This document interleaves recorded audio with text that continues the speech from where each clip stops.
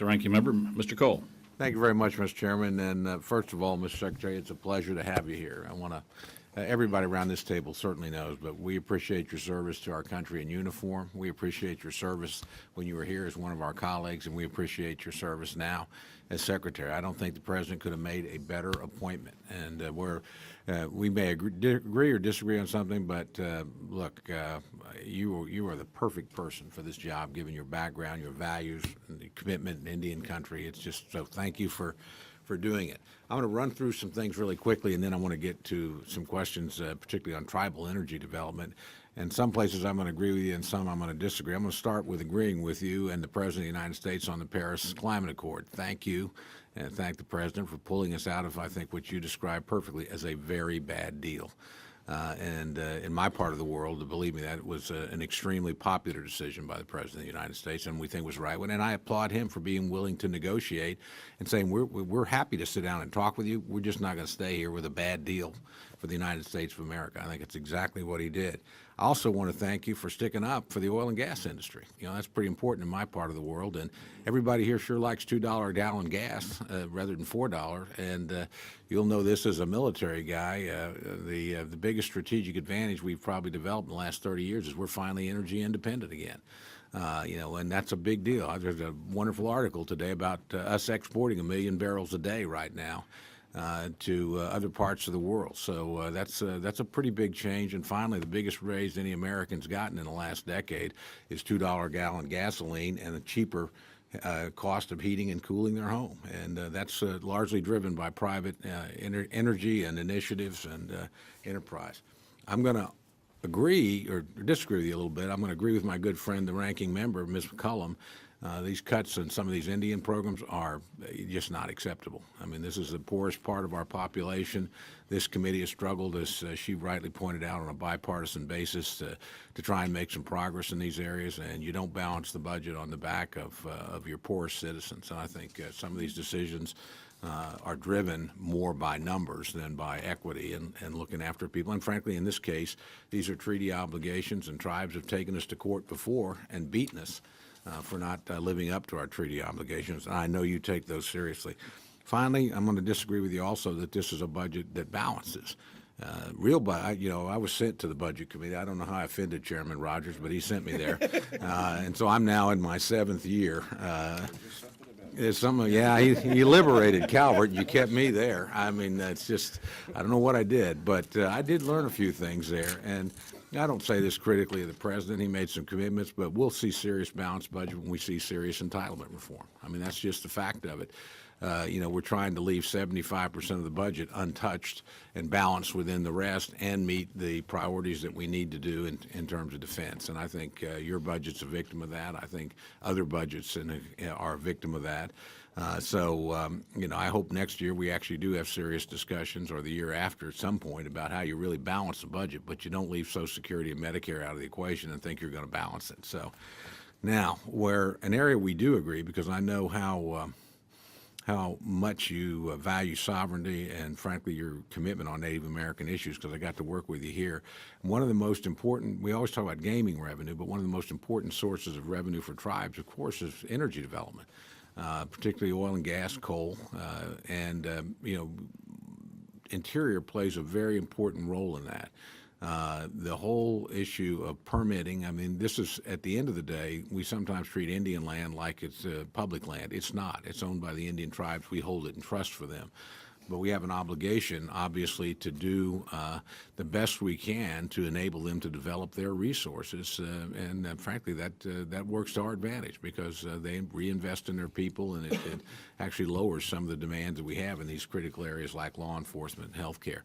So could you give me an overview of what you're doing to try to help those tribes that are blessed with natural resources to develop those resources as rapidly as possible? Thank you, Mr. Chairman. Overall, is that Indian country, at least on contract support costs, that was fully funded, and the tribal grants were also, I think it was a $1 million plus. So that part of the budget, the self-determination, and at least the the administer programs. Those were there. The water settlements also, as you know, we've had a couple water settlements. So that is moving forward. So we're meeting our obligations. We're looking at some of on the water settlement issues. What I didn't realize, and maybe I should have, is that they go into account, but they can't withdraw the account until the account's full.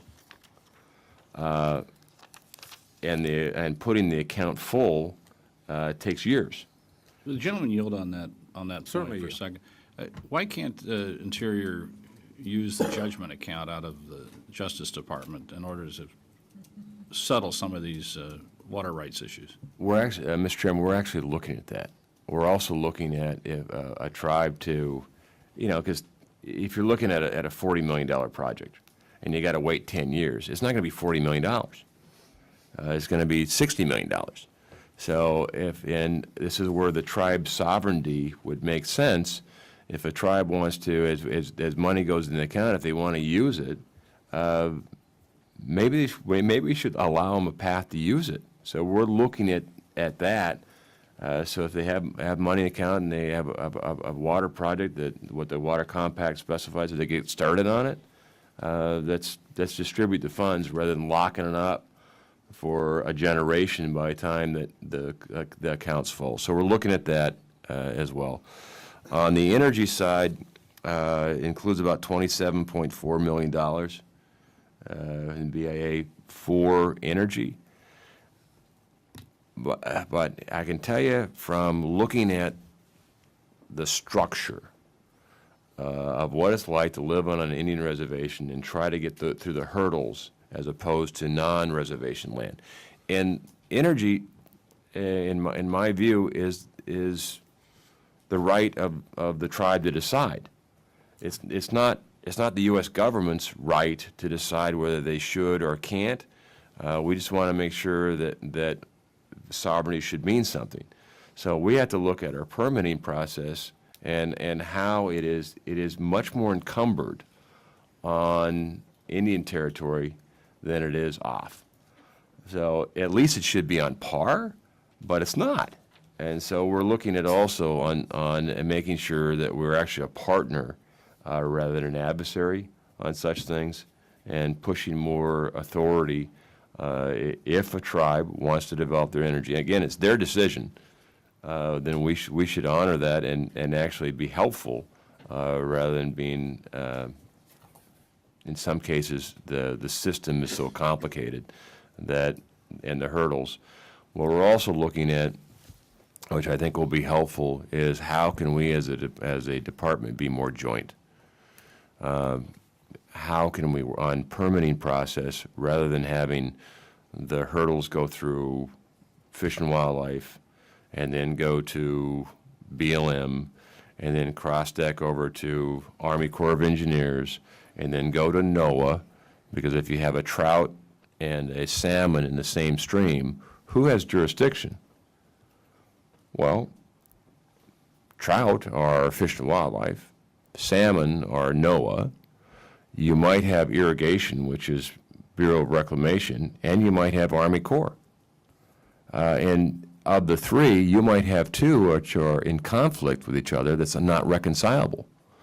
So we have to look at how us, as a government, can act more joint. And so we're looking at a model a lot like a combatant command and a lot like how we fight forest fires, is at least from the government side, we should be able to offer a industry or a tribe a permitting process that early in the development they should know whether or not it's possible or not. Well, let me give you a quick suggestion on the energy part, which is, as you think through this, if where Indian reservations are at, there's non-Indian reservation land, and most of them have state regulatory systems that decide who can drill. I've talked to some of the people that developed the Bakken Shale from Oklahoma, and I said, why, and this was before they'd gone on the 3 affiliated tribes' land, which we now have substantial energy development, and it's benefiting those tribes. But I asked, why aren't you guys dealing in Indian reservation land? And one of them told me, he says, real simple. He said, on one side of an imaginary line, I've got a state regulatory system that I can get a permit in 3 weeks, costs about $250. On the other side of this imaginary line, a reservation where the feds are doing that, it costs about $6,000 and it takes almost a year. So guess where we drill? And, you know, it's not like North Dakota, it doesn't know how to regulate drilling. It does, or Oklahoma, or these other states. So we ought to try to mirror image the state regulatory system. I even suggested, although the tribes weren't too keen on this, I said, why don't you compact with the state and have them come on your land and they can do the regulatory process? But there's, there's deep concern about violation of sovereignty, and there's a lot of tension between state and local governments. But if we're going to do it through the feds, we ought to just basically look at what's the state system here. That seems to be acceptable to most people, and we should operate accordingly and try to match their timelines and their cost and whatever, not impose something that might or might not be appropriate on public lands, but it certainly shouldn't be imposed on Indian lands once they've made, as you rightly point out, the decision that they want to develop. And I agree with you 100%. Totally their decision whether they want to do it. But if they do, then we ought to give them the same kind of speed that that private people get, in state-regulated areas that are immediately adjacent to their reservation. With that, anyway, you've been very generous, Chairman. Thank you. Yield back.